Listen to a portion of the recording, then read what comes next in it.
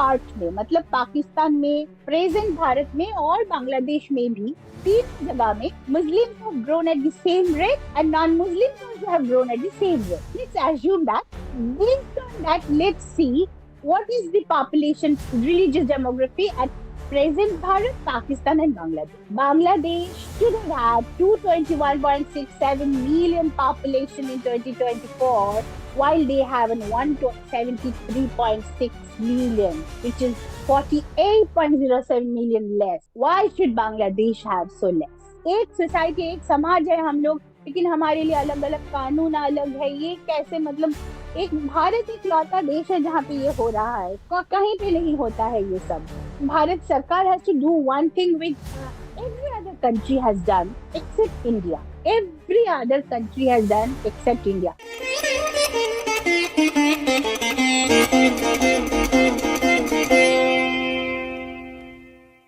Namaste and welcome to Sangam Talk. Today we have with us Debjani Bhattacharyya ji, who's an author, speaker and columnist. She speaks and writes regularly on socio-political and geopolitical issues in English and Bangla.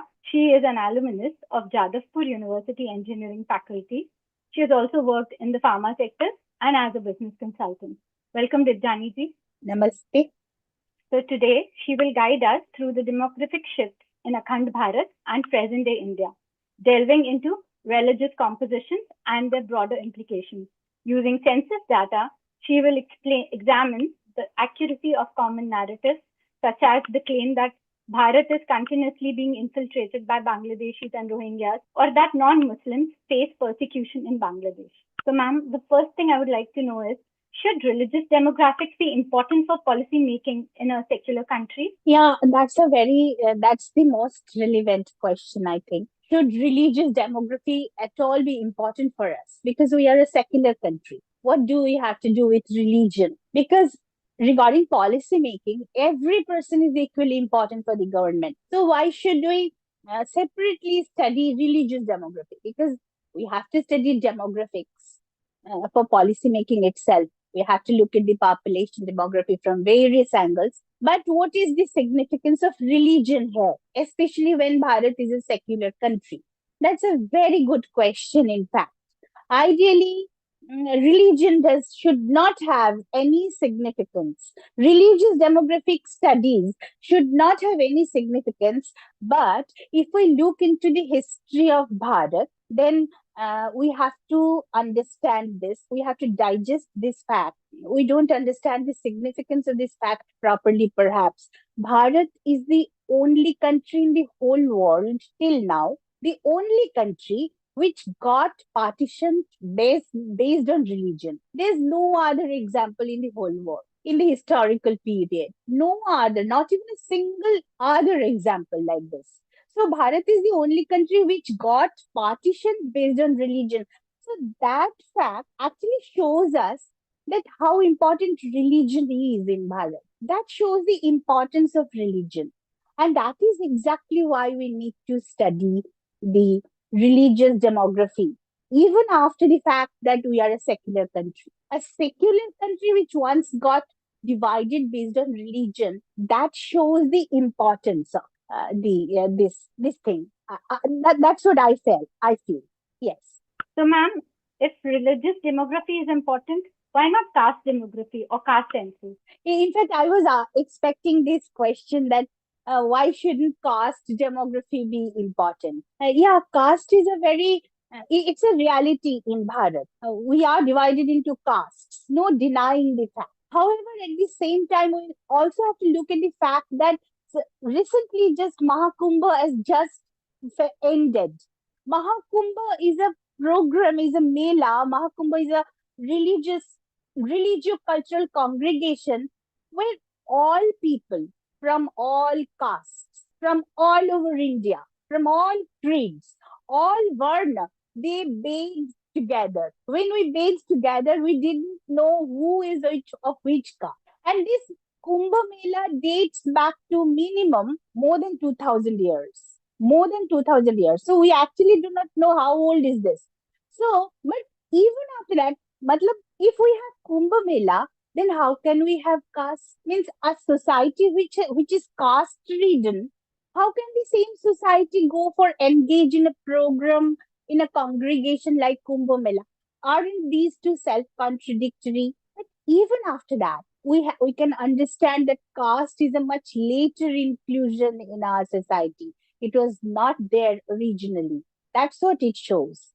But even if it was a later inclusion, it is a reality that Indian society was caste ridden. So naturally, the question would come, if we study the religious demography, then why won't we go for caste census? I would say, however caste ridden our society may be, Indian society never got partitioned based on caste. But Indian society got partitioned based on religion. So definitely the importance on from the perspective of demographic studies, importance of religion will always outweigh the importance of caste. That's what I personally feel.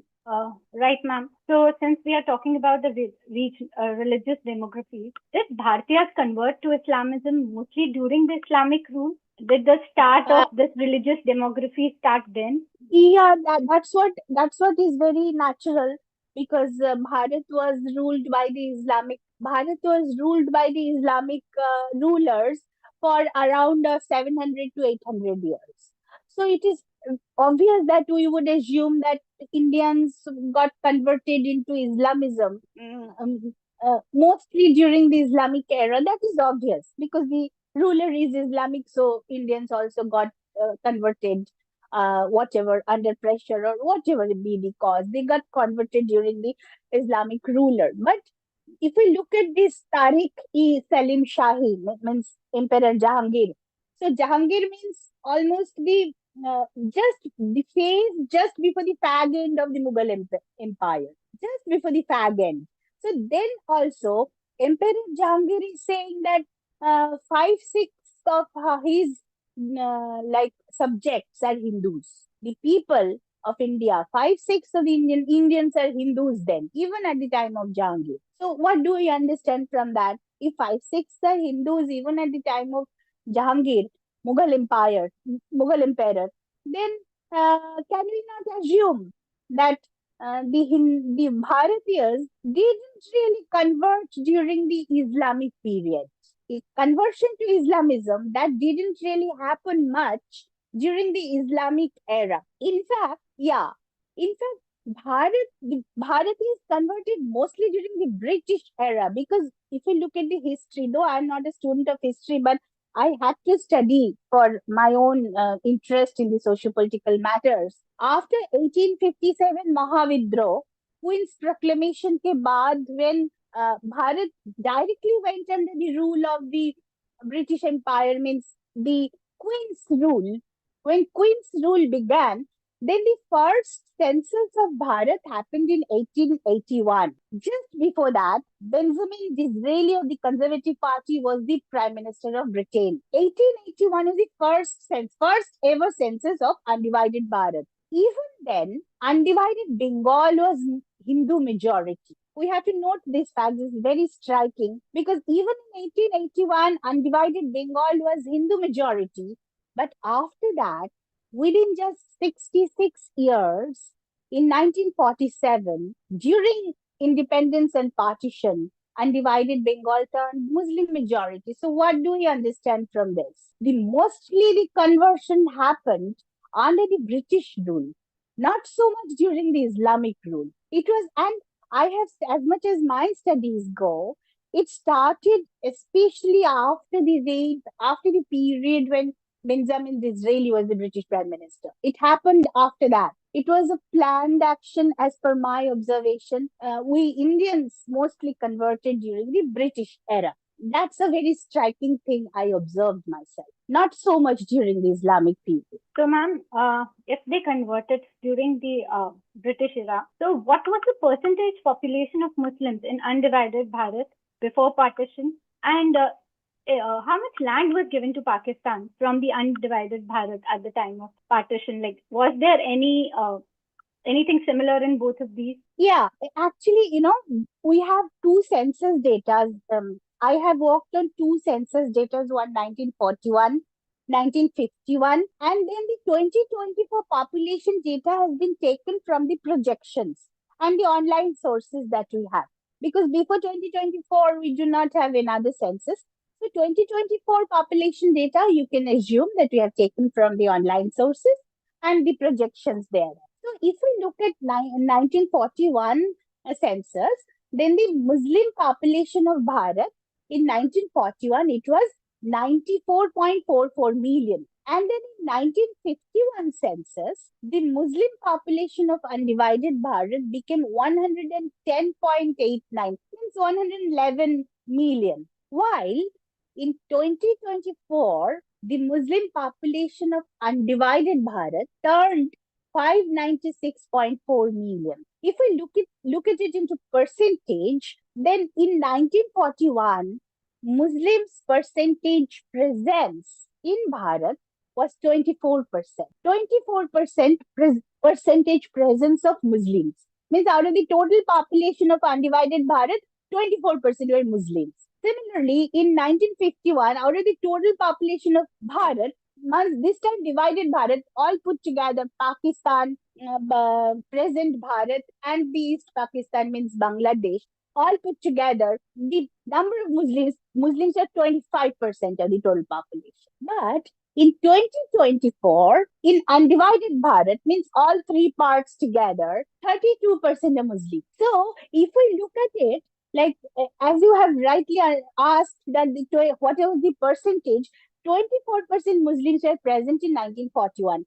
And hence, during the partition, exactly 24% of Indian land was given to Pakistan. When partition happened, when partition based on religion, the Muslims of undivided India said that they cannot stay together with all, so they wanted a share of their land, then they got exactly 24% of Indian land. Total Indian land mass was 43,17,636 square kilometers, and Pakistan was given 10,30,373 square kilometers. So that was exactly 24% of Bharatiya land. And so that means, what does it mean?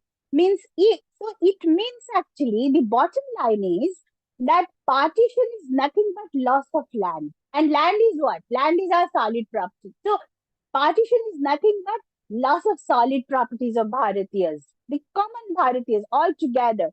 And so today, if we have partition, we assume, had the partition not happened in 1947 but in 2025, then how much land Bharat would have had to give to Pakistan? 32%. Because right now, land was given absolutely at the same proportion of the population, percentage presence of Muslims in undivided Bharat.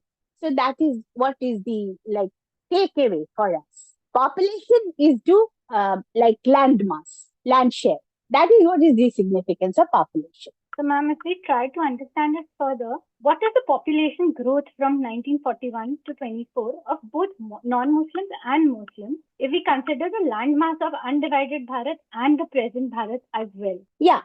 So, if we look at the religious demography of undivided Bharat, then we would see that in different years, like 1941, 1951, then the growth percentage in 1941, between 1941 and 51, and then again in 2024, I would rather focus on the growth percentage of population in between the period 1951 to 2024, and where we can see that the total population of undivided Bharat grew at the rate of 321.2%. The Muslim population of undivided Bharat grew in the period between 1951 and 2024, grew at the rate of 437.83%, while the non-Muslims of undivided Bharat, means Pakistan, present Bharat and Bangladesh, all put together, the non-Muslims grew at the rate of 282.57%.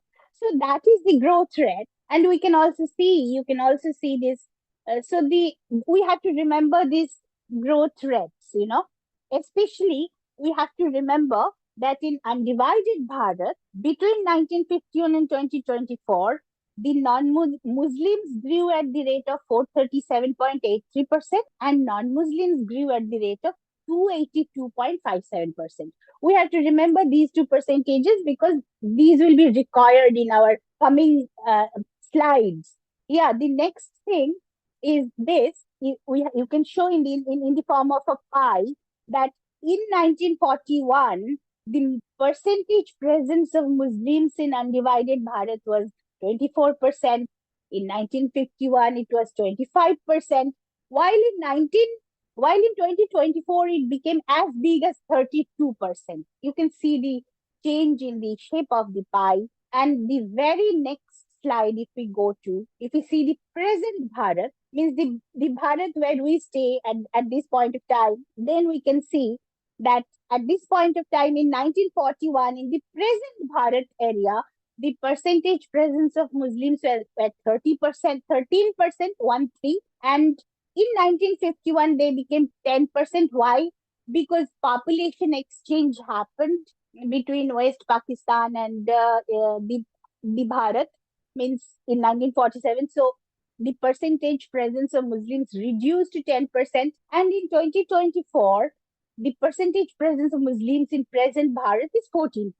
Now, I said that you have to remember those two percentages, that Muslims grew in undivided Bharat, Muslims grew at the rate of 437.83%. If you go back to the 7th slide, then we have to remember that the Muslims of undivided India grew at the rate of 437.83%, and the non-Muslims grew at the rate of 282.57%. Now let's come to this point. Let's assume that after partition, Muslim population grew uniformly in each part. Means हमने देख लिया कि पूरे undivided Bharat में क्या growth rate था. तो अभी हम ये assume करते हैं कि हर पार्ट में, मतलब पाकिस्तान में, प्रेजेंट भारत में और बांग्लादेश में भी, तीनों जगह में Muslims have grown at the same rate and non-Muslims also have grown at the same rate. Let's assume that, and based on that, let's see what is the population religious demography at present Bharat, Pakistan and Bangladesh. This is an assumption that the Muslims and non-Muslims have grown in all the three parts at the same rate. This is an assumption. And based on that assumption, what should be the population, religious demography of the population at present, and what is it in reality, in terms of real data? So let's go into the next slide for comparison. You can see that if we see that, like in 1951, the total population of present Bharat, means the Bharat that we call Bharat today, the total population was 361.088 million. Means more than 36 crore. So had this total population grew at that rate, means 321% rate. मतलब हमने देखा है पहले कि total population grew at 321%, Muslim population grew at 437.83%, and non-Muslims grew at 282.57%. So if we assume that from 1951 to 2024, if present Bharat का total population वही rate पे grow करें, तो आज हमारा पॉपुलेशन होनी चाहिए 1439.88 million. But in reality, in actuals, मतलब जो हमारे ये गूगल से मिला है हमें, in actuals at present the population of India is 1452.4, means 12.52 million more than what it should have been had we grew at the same time. Similarly, Muslim population also in India, had the Muslims grew at the 437.83%, then Muslim population of present Bharat should have been 202.55 million, while it is in reality 2.25 million more. 2.25 million more, and non-Muslims at 10.27 million more. After seeing present Bharat, let's see present Pakistan. It is even more striking, you see. Even Pakistan में भी 2024 में population projected, अगर वो मुस्लिम लोग वहां पे भी 437.83% rate पे ही ग्रो किया है, तो प्रोजेक्टेड होना चाहिए था पाकिस्तान में 215.74 million. But in reality Pakistan का एक्चुअल पॉपुलेशन 251.3 मिलियन है. That means Pakistan has 35.55 million more. And Muslim population Pakistan में 29 million ज्यादा है, जो कि होनी चाहिए, मतलब 211.29 मिलियन होनी चाहिए, लेकिन है 240.8। और एक इंटरेस्टिंग फैक्ट यहाँ पे है, इस स्लाइड में है, मुझे बहुत मजा आता है वो खुद देखने में भी। Look at this, non Muslim population in 1951, मतलब पॉपुलेशन एक्सचेंज हो जाने के बाद नॉन, इसमें नॉन मुस्लिम मतलब हिंदू नहीं है, हिंदू क्रिश्चियन सारे है, सिख सारे सब है, तो मिला के 1.165 मिलियन था पाकिस्तान में। तो और 2026 में उनका हिसाब होना था 4.4569 million. But look at this, Pakistan has 10.5 million non Muslims. क्या पाकिस्तान बहुत अच्छा जगह है क्या नॉन मुस्लिम के लिए? मतलब इतने ज्यादा कैसे हो गए नॉन मुस्लिम लोग? ये तो सवाल मेरे मेरे मन में आया जब मैंने ये सब देखा। तब पता चला कि इनका फिगर इतना खराब हो गया था, मतलब माइनॉरिटी के ऊपर ऑपरेशन इतना बोला जा रहा था इनके बारे में, they had added the Ahmadiyas into the non-Muslim group. Then they claimed that Ahmadiyas are not Muslims. They are non-Muslims. So they added the Ahmadiyya population to make it 10.5, to make it look good. So this is a common Pakistan attitude on fudging the data and all that. Now come to the most striking. We have seen present Bharat, we have seen present Pakistan. Bharat में भी जो होना है population उससे ज्यादा है, more than what it should have been. Pakistan also has more, 35 million more than they should have had. And now look at Bangladesh. It is absolutely striking. Look, Bangladesh should have had 221.67 million population in 2024, while they have an 173.6 million, which is 48.07 million less. Why should Bangladesh have so less? Why should Bangladesh have less? Look at Muslim population of Bangladesh. They should have had 182.56 million, while Muslim population is Bangladesh is in reality is 150.8 million. So 31 million less. And look at the poor condition of non-Muslims in Bangladesh. They should have had a 39.11 million, and they are having in reality 22.8 million, 16 million less. Why should Bangladesh have so less population? What does it mean? What actually it means? Bharat में ज्यादा है, पाकिस्तान में जो होना है उससे ज्यादा है, बांग्लादेश में कम क्यों होगा? कैसे हो सकता है ये? This is a very very strong indicator of infiltration. Data तो वही दिखाते हैं, मतलब इन बांग्लादेश वर्ड दे से हिसाबेर कोड़ी बाघे खाয় না, means whatever you keep in accounts book, nothing, माने हिसाबेर कोड़ी means जो गिनती में जो पैसे आते हैं वो, मतलब वो बाघ के, मतलब बाघ नहीं खाते, शेर नहीं खा जाते हैं उसको, वो मिलेगा ही कहाँ, कहीं कहीं ना कहीं पर जाकर। तो ये कैसे हो गया कि Bangladesh is having 48.7 million less population? So this is a very strong indicator of regular Bangladeshi infiltration into the other parts of Bharat. This is an indicator. And now let us if we look at the like in breakup in terms of the growth rate of different of population. Look, in present Bharat, the growth rate of Muslim population in present Bharat, the Muslims are growing at the rate of 443.8%. In present Pakistan, Muslims are growing at the rate of 512.94%. Pretty obvious, because Pakistan is a country for Muslims, so it is pretty obvious that Muslims will grow at a higher percentage in a Muslim country because it is more congenial and conducive for them. So Bharat से पाकिस्तान में उनका growth rate ज्यादा है. But look at Bangladesh. Bangladesh is also an Islamic country, but look, Muslim population is growing in Bangladesh at the rate of 344.27%. 344.27%, while in Bharat, Muslims are growing at 443.8%. We can say that Bharat में बांग्लादेश में शायद उनका संख्या ज्यादा है इसलिए growth percentage का, बिल्कुल ही नहीं है, क्योंकि टोटल जो पॉपुलेशन है मुस्लिम लोगों का बांग्लादेश में वो 150.8 मिलियन भारत में वो 204.8, मतलब भारत में पॉपुलेशन ज्यादा है मुस्लिम लोगों का, फिर भी उनका ग्रोथ रेट ज्यादा है।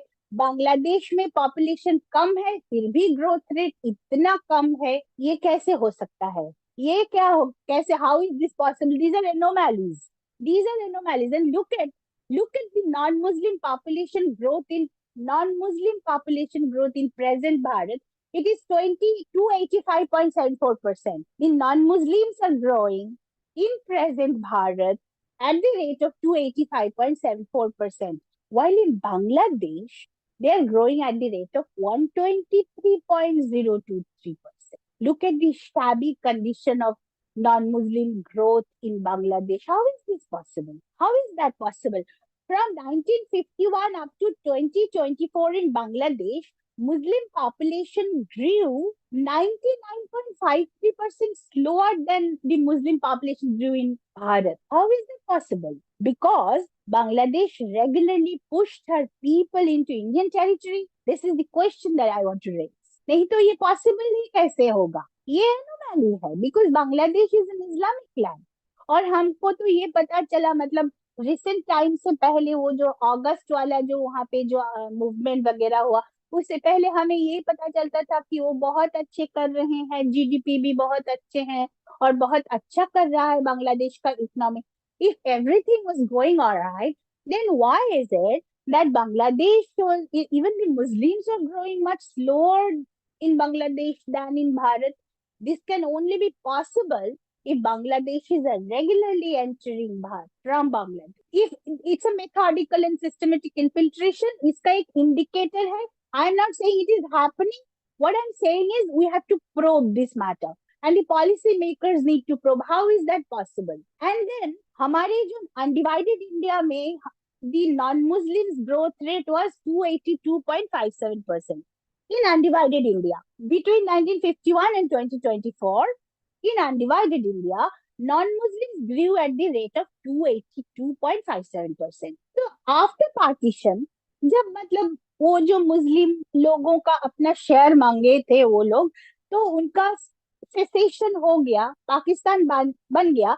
उसके बाद जो भारत रह गया वो तो नॉन मुस्लिम लोगों के लिए होगा, ये स्वाभाविक है, क्योंकि जो मतलब अगर मुस्लिम लोग निकल जाते हैं तो जो रह जाते हैं वो नॉन मुस्लिम का पार्ट होगा। तो प्रेजेंट भारत में नॉन मुस्लिम का ग्रोथ रेट और भी ज्यादा होनी चाहिए थी, लेकिन हमें ये देखने के लिए मिला कि प्रेजेंट भारत में भी, मतलब पार्टीशन के बाद भी, ग्रोथ रेट एक ही रह गया। मतलब पहले 282% था और अभी 285% हुआ है, 285.74%। तो the non-Muslims didn't grow significantly faster in present India, जो कि होनी चाहिए थी, क्योंकि ये तो नॉन मुस्लिमों की देश है, तो यहाँ पे तो उनके लिए कॉन्जीनियलिटी, कंड्यूसिव एटमॉस्फेयर होनी एक्सपेक्टेड है, तो उनका ग्रोथ रेट भी यहाँ पे ज्यादा होनी चाहिए थी, पहले से ज्यादा।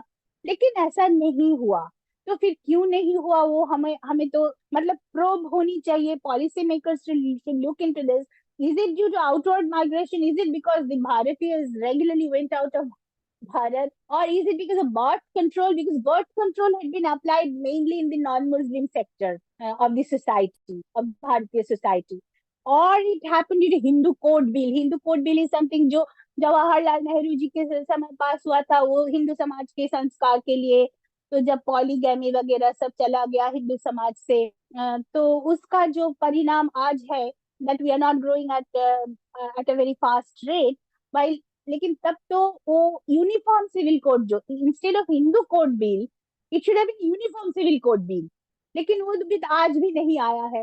वो आज भी नहीं है। हमारे लिए एक सोसाइटी, एक समाज है हम लोग, लेकिन हमारे लिए अलग अलग कानून अलग है। ये कैसे, मतलब एक भारत एक लौता देश है जहाँ पे ये हो रहा है, कहीं पे नहीं होता है ये सब। I mean no, in no other democracy, in no other standard civilised democracy it happens, but in India we passed Hindu code bill, we still didn't pass a uniform civil code. So that may be a reason, one of the reasons. So these are the questions that I am raising. What is the reason that even after partition, the non-Muslims are not growing very fast in present Bharat? What is the cause? Now, why the non-Muslims in Bangladesh are growing so slow? Only 123%. Why should non-Muslims grow so slow in Bangladesh? Is it because of persecution? Because we keep on hearing that in non-Muslims are being persecuted, Hindus are being persecuted in Bangladesh, and what else could be the persecution? Means we are hearing that in presence of the like the videos are going viral in the social media, that I have also posted one such video, that the parents are there and the children are being taken and being converted. So is this the reason why non-Muslims are growing so slow, or even the non-Muslims of Bangladesh are coming to Bharat? What is the reason? Why should non-Muslims grow so slow? While in present India, non-Muslims are growing at 285.74%. In Bangladesh, non-Muslims are growing at 123.023%. Why is that? Why should it be like this? And now look at this. Data shows that, as I'm repeatedly saying, in the saying goes in Bangla, hishabe kori bage khaye na. Means you can find data never lies. You see, if we look at the Muslim population increase, average population increase per year between 1941 and 1951. Means 1941 में जो था, 1951 में क्या हुआ? Pakistan, we can see that in 1941 it was the growth rate, every year growth rate was 7.62% in Pakistan. But look at Bangladesh, it is 1.5%. मतलब 1947 में partition हो गया, उसके बाद पाकिस्तान में तो मुस्लिम पॉपुलेशन इंक्रीज हुआ है, लेकिन बांग्लादेश में परसेंटेज इंक्रीज देखिए 1.5% only. Why is that? This is the impact of Nehru-Liaquat Agreement in 1950. If I remember the date correctly, it was April 7, 1950.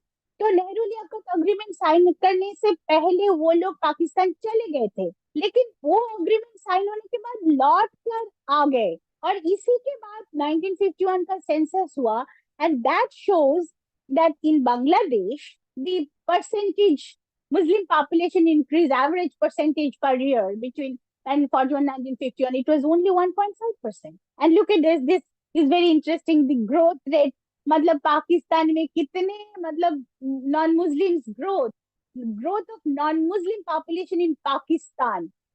Why is it showing so high?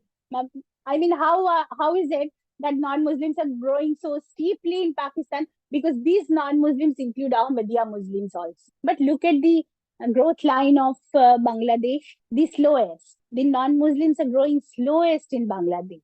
What does it mean? It means maximum persecution. Pakistan को हम छोड़ देते हैं क्योंकि वो उसमें तो non Muslim, सारे नॉन मुस्लिम है भी नहीं, और पाकिस्तान के साथ हमारा पॉपुलेशन एक्सचेंज भी नियर कंप्लीशन हो गया था, लेकिन बांग्लादेश में तो वो हॉल्ट किया गया था, मतलब नेहरू लियाकत अग्रीमेंट के द्वारा, that was halted.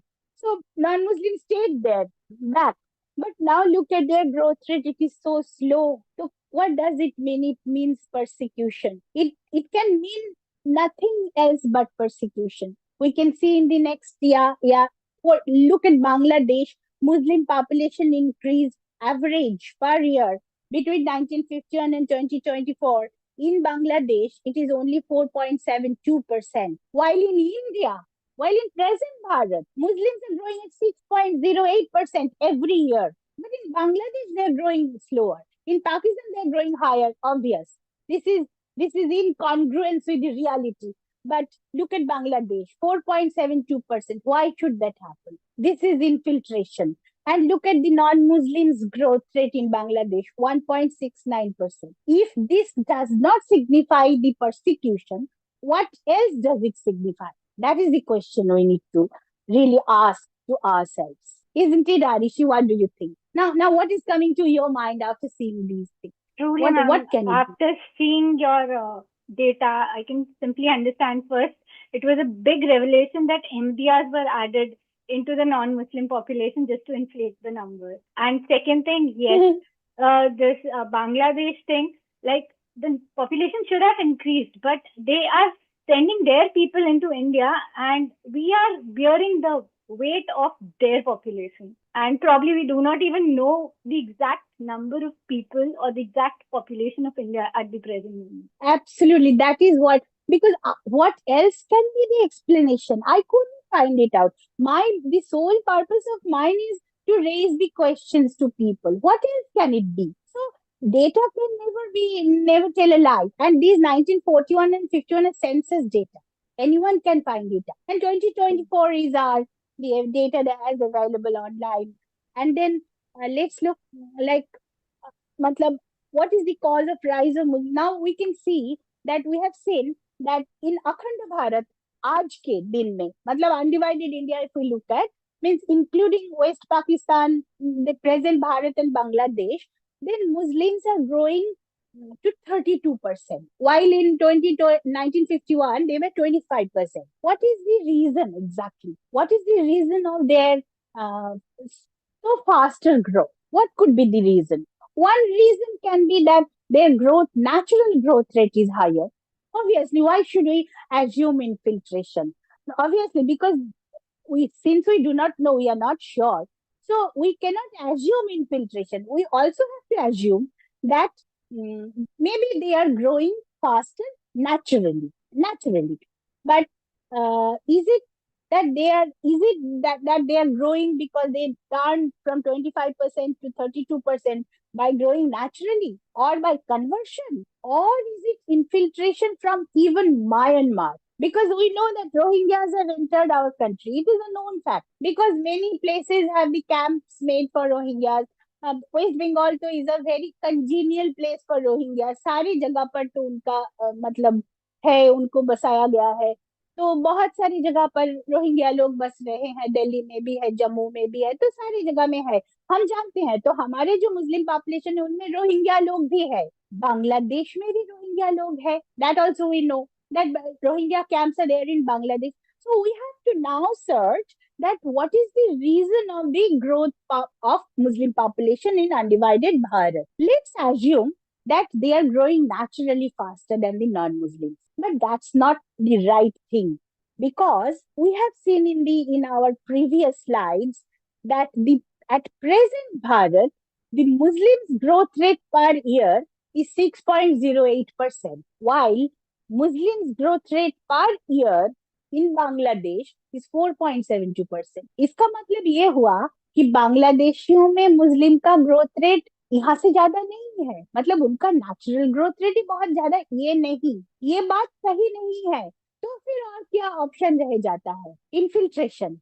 मतलब हमारा जो infiltration is likely because when we calculated the population 1941 में 1951 में, that population didn't contain the population, the infiltrated population from Myanmar. That undivided India was only Pakistan, present Bharat and Bangladesh. But right now, in the population in 2024, in the population of undivided India, even Myanmar, Rohingyas from Myanmar are also included. So their 32%, this 32% percentage presence, उनमें सिर्फ भारत के मतलब undivided Bharat के मुस्लिम लोग नहीं है, उनमें Rohingya लोग भी है. मतलब infiltration is the prime cause, not the natural growth rate.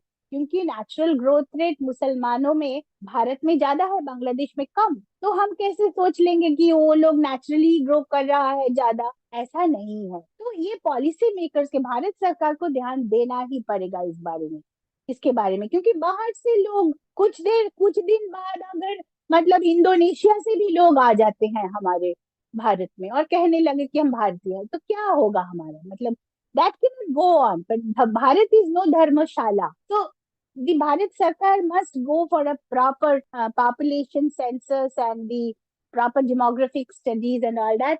And what, again, I will come back to that part, this is more striking. What does partition mean to us?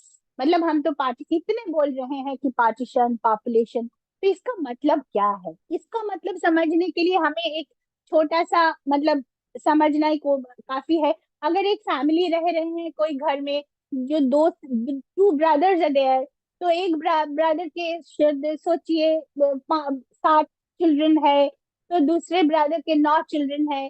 तो उसके बाद जो जिनके पास कुछ दिन बाद अगले in the next generation, the 7 children brother, finally he's including all his grandchildren, perhaps they became 21.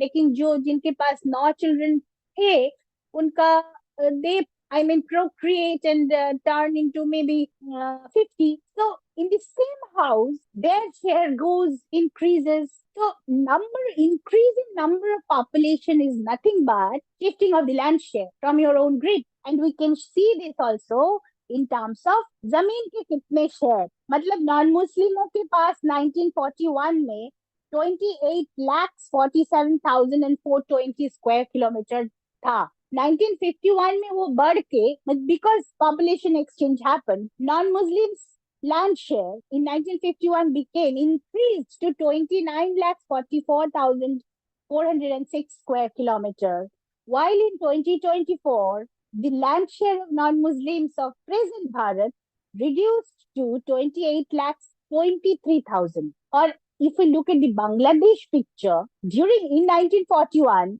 the land share of non-Muslims in Bangladesh was 44,150 square kilometers. In 2024, non-Muslimों के पास बांग्लादेश में 19,498 only रह गया है. 44,000 से 19,000. पाकिस्तान में non-Muslimों के पास 1941 में 1,86,754 स्क्वायर किलोमीटर लैंड था. In 2024, पाकिस्तान में non-Muslimों के पास 36,849 square kilometers, only from 1,86,000 to 36,000 only. And this also includes Ahmadiyya Muslims. So we need to understand that partition is nothing but loss of land share. And if we look at the growth, rate of loss, then in undivided Bharat, starting right from 1941-51 and 1951-24 के बीच, undivided Bharat में, मतलब पूरे पाकिस्तान, भारत और बांग्लादेश को मिलाकर non मुस्लिमों के पास 9.17% land share उनका लॉस हुआ है अभी तक. तो ये बात है population increase, religious demography study का यही मतलब है कि हमें we need to realize the bottom line that change in the religious demography means change in the land share in your control.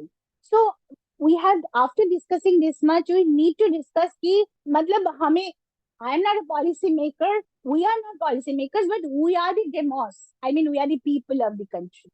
So myself and all those who are hearing and listening to this presentation, and all of us, we are the people because it matters to us only and nobody else. So what can we do? Because I think Bharat Sarkar has to do one thing which every other country has done except India. Every other country has done except India. That is, Bharat is the only country which doesn't give any citizenship identity card to her population. Bharat is the only country. The citizenship identity means the biometric enabled card which gives all your data. All the countries have it. Even Afghanistan has it. Bangladesh has it. Pakistan has it. We know US has it. SSN, Social Security Number and all that. So SSN, in US, SSN has everything. All the details of a person. Bharat is the only country which doesn't have it. So I think Bharat should give this biometric enabled citizenship card. और उसका जो provision, legal provision, वो तो मनमोहन सिंह के समय में ही मतलब Congress, UPA government had passed that in the citizenship act of India 1955. वो अमेंडमेंट पास हो चुका है. तो that should be given and voting should be through that identity card, so that ये सारे लोग जो यहाँ के नहीं है, मतलब originally they are not from here, so they should not cast vote. Because why are they, why Bharat में ऐसा क्यों हो रहा है कि भारत में Muslims are growing at the rate of 443%, while in Bangladesh they are growing much slower. ऐसे क्यों हो रहा है? क्योंकि appeasement politics we talk about. The appeasement politics हो रहा है. क्यों हो रहा है? Because they vote. If they don't vote, if the voting is through citizenship cards and biometric enabled, so that people understand who is who, then these people cannot vote, and the moment they cannot vote, appeasement politics will also go. ये तो होनी चाहिए. वो रहे भारत में कोई भी कभी हमने किसी को जाने के लिए नहीं कहा, रह सकते हैं तो रहे, लेकिन उनके पास ये वोट देने की अधिकार और the rights and the government schemes, that should not happen. And then when they go for employment, people, after the presence of the citizenship card, everything will be through that card. So all transactions they will not have the card. So then they will have to try for that, and then the other amendments accordingly. Government of India will have to do it. They will have to bite the bullet, because they cannot, Bharat, we cannot remain in a single country which doesn't have a citizenship identity card. No other country in the whole world has it. I mean, there's no other country in the whole world like Bharat. It has to be done, because that's a very rational solution which people, nobody can protest. Nobody can protest, because more so, because एक बार तो विभाजन तो हो चुके हैं ना. बंगाल, आप बंगाल की सोचिए, हम बंगाल से हैं. बंगाल पंजाब ये दोनों स्टेट थे जो फिजिकली डिवाइडेड हुआ है. बंगाल तो फिजिकली डिवाइडेड हुआ है. और 1951 में बंगाल में मुसलमान का पॉपुलेशन शेयर था 18%, 1951 सेंसस. और अभी जाकर वो लोग 30% और 31 ऐसे मुख्यमंत्री जी कहते हैं 31% और समथिंग लाइक दैट. तो हम क्यों माने कि वो 30 से 31% हो गए, 18 से 31% हो गए, क्यों मानेंगे हम? क्योंकि ये तो एक बार तो उनका पार्टीशन हो चुका है. और डेटा ये भी दिखा रहा है कि उनका नेचुरल ग्रोथ रेट बहुत ज्यादा नहीं है, हमसे कम है. तो ये कैसे पॉसिबल होगा कि वो लोग मतलब यहाँ पे इतने बढ़ जाएंगे, ये कैसे है? तो ये पॉसिबल तभी है, वो रिलीजियस डेमोग्राफी जो पहले था, पार्टीशन के टाइम में जो था, उसको लाना जरूरी है. और उसके वो लाने के लिए एक ही, मतलब मुझे तो लगता है ये सिटीजनशिप कार्ड वाला भारत सरकार को करनी चाहिए. और नहीं तो उनके पास बेटर पॉलिसी भी हो सकता है, मुझे नहीं मालूम कि क्या होगा वो. But I think only this thing we should discuss on. People should call for solutions. Otherwise, infiltration will continue, because it is basically infiltration. Data shows infiltration, a very high level of infiltration. That should stop. That's my point. My name is S.N. Bhargav. My question is, if the government doesn't do anything in this regard, what we as citizens can do? I think we have, after the passage of CAA 2019, means after the amendment that was passed in 2019, uske baad the citizens can do one thing. I think it is, what we can do is, if we doubt someone as a Bangladeshi or a Pakistani, then we can go to the nearest police station and register a complaint against that person with photograph and all. That much citizens duty I think we can play. इन बंगाल में तो ये इसके लिए हमारे लिए problem है, क्योंकि police तो लेगा ही नहीं ऐसा कोई कंप्लेन. उसके बाद पुलिस तो खुद वो जो कंप्लेन करने जा रहा है उसके घर में चला आएगा. बंगाल में प्रॉब्लम है, लेकिन सारे स्टेट में तो ये प्रॉब्लम नहीं है. तो अगर कहीं पे भी हमें दिखते हैं, क्योंकि सीएए पास होने के बाद इसका एक डीलेजिटिमाइजेशन हो चुका है. वो जो मतलब हमारे जो पड़ोसी देश से, अफगानिस्तान, पाकिस्तान, बांग्लादेश से Muslim log cannot come out of persecution, because they cannot be persecuted in their own land. So from that, it implies that like Muslims are not as welcome as the others. So एक ऐसा legitimisation थोड़ा सा हुआ है CAA पास होने के बाद में, रियलिटी को मद्देनजर रखते हुए. तो इसके हिसाब से we can go as citizens, we can go and report to the police that I think this person is a Bangladeshi or a Pakistani. जैसे कि मेरा एक ऐसा एक्सपीरियंस है, I had been to Haridwar during the Kanwar Yatra. एक meeting था दिल्ली में, तो दिल्ली से हमने पूरा हरिद्वार गए. तो वहां पे जाके जो रिक्शा से, मतलब तब तो कंवर यात्रा हो रही थी, तो इसलिए पूरा होटल तक गाड़ी नहीं जा पाती थी, वो रिक्शा लेनी पड़ी एक जगह से. तो वो जो रिक्शा मैन थे, वो clearly he was a Pakistani from every look and attire. So under such situation, we can go to the police station and say that I think this person is a Pakistani. This much the citizens can do. The only thing that we can do at this present time. My second question is, what is done at the border? I mean, it is said that the border is under BSF and other central government organizations, right?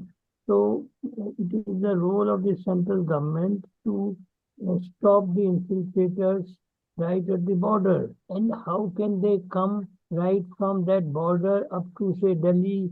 As the ma'am said, that there are in Delhi also 2,000 kilometers without getting any detection. So, I mean, can you tell us what, how we can force the government also to do something in this regard? Yeah, this is a very this is a question which is the money very very common and very legitimate. That whom do we blame?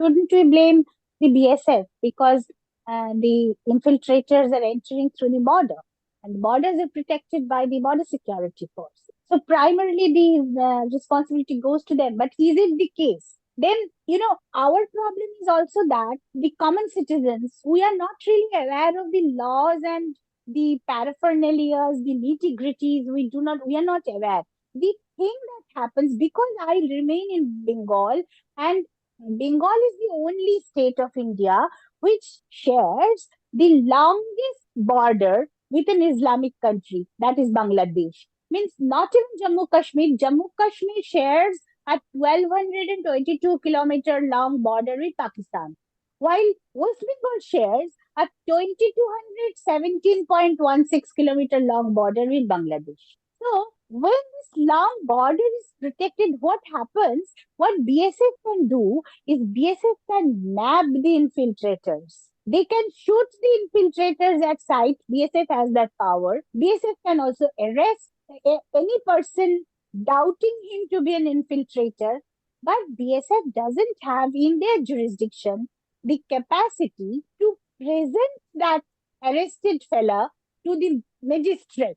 What BSF has to do, the protocol is, the law is that BSF has to hand it over to the state police. This is the regularity, and that is exactly what people do not know. We do not understand. I also didn't know. I came to know because I had to know. The same question as Mr. Bhargava has asked, the same question came to my mind also. And then I came to know the niyam is that the BSF, after nabbing them, has to hand it over to the state police. Now Bengal police का तो मतलब सारे लोग जानते हैं कि इन लोगों के साथ क्या होता है.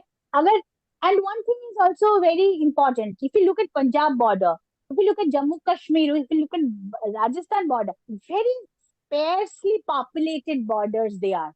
Even in Gujarat, very sparsely populated. तो infiltration होगा तो दिखाई देगा. लेकिन बंगाल का जो लैंड है वो पूरा फर्टाइल प्लेन लैंड है और highly populated, densely populated.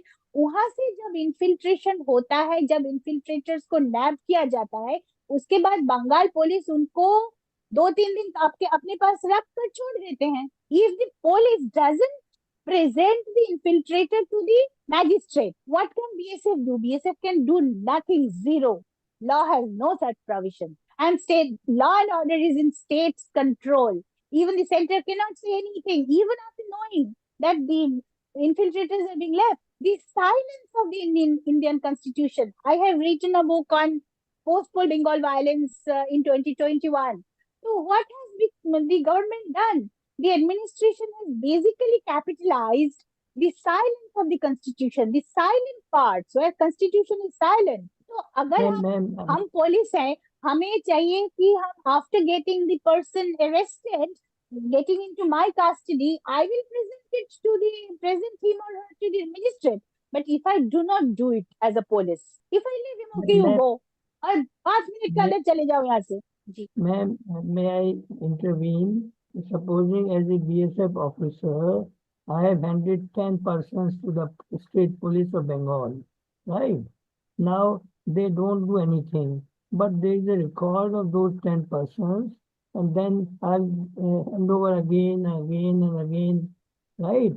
Because the numbers we have given, it is not a small number. So if BSF has such a large number of people and handed over to the state police, and they did not act on that, that can be a real issue. They cannot ignore, because there is a record of persons handing over. So it is one thing to blame the state government.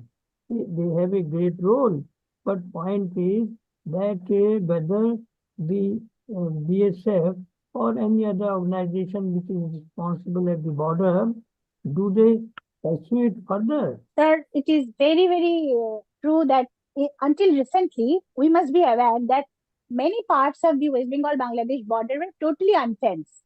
मतलब कोई fencing ही नहीं है जहाँ पर, और पूरा riverine है बहुत सारी जगह पे, और many places are unfenced. But right now, after last year's August movement and all, government of India is now showing in last 73 years, even government of India was least bothered about fencing West Bengal, rather Indo-Bangla border, not only West Bengal, but also Assam, Bangladesh, Tripura, Bangladesh.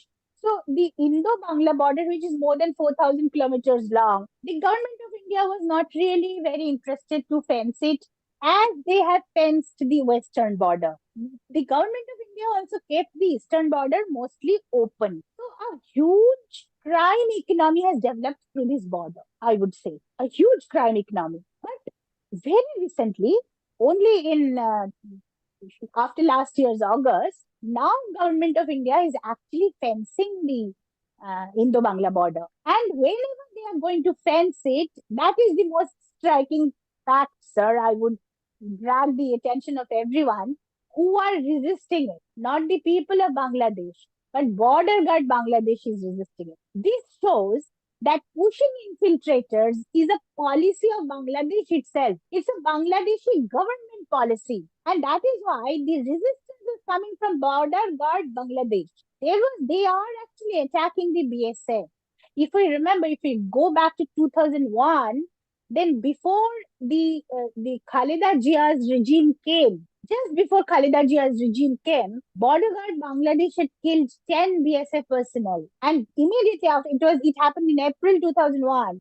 And Khaleda Jia's regime came into June 2001, and they did a rampage on the non-Muslims of Bangladesh. And just before that, they killed 10 BSF.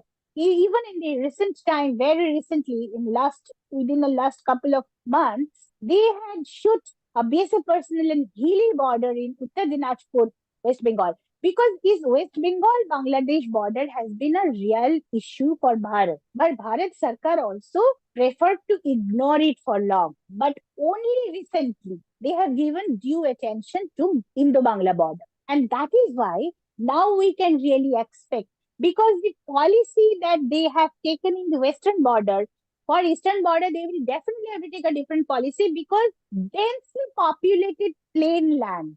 मतलब दूर से अगर पंजाब में हम जाएंगे, हम गए हैं, वहां से हम देखेंगे तो एक लोग आ रहे हैं, आदमी आ रहे हैं, हम देख सकते हैं.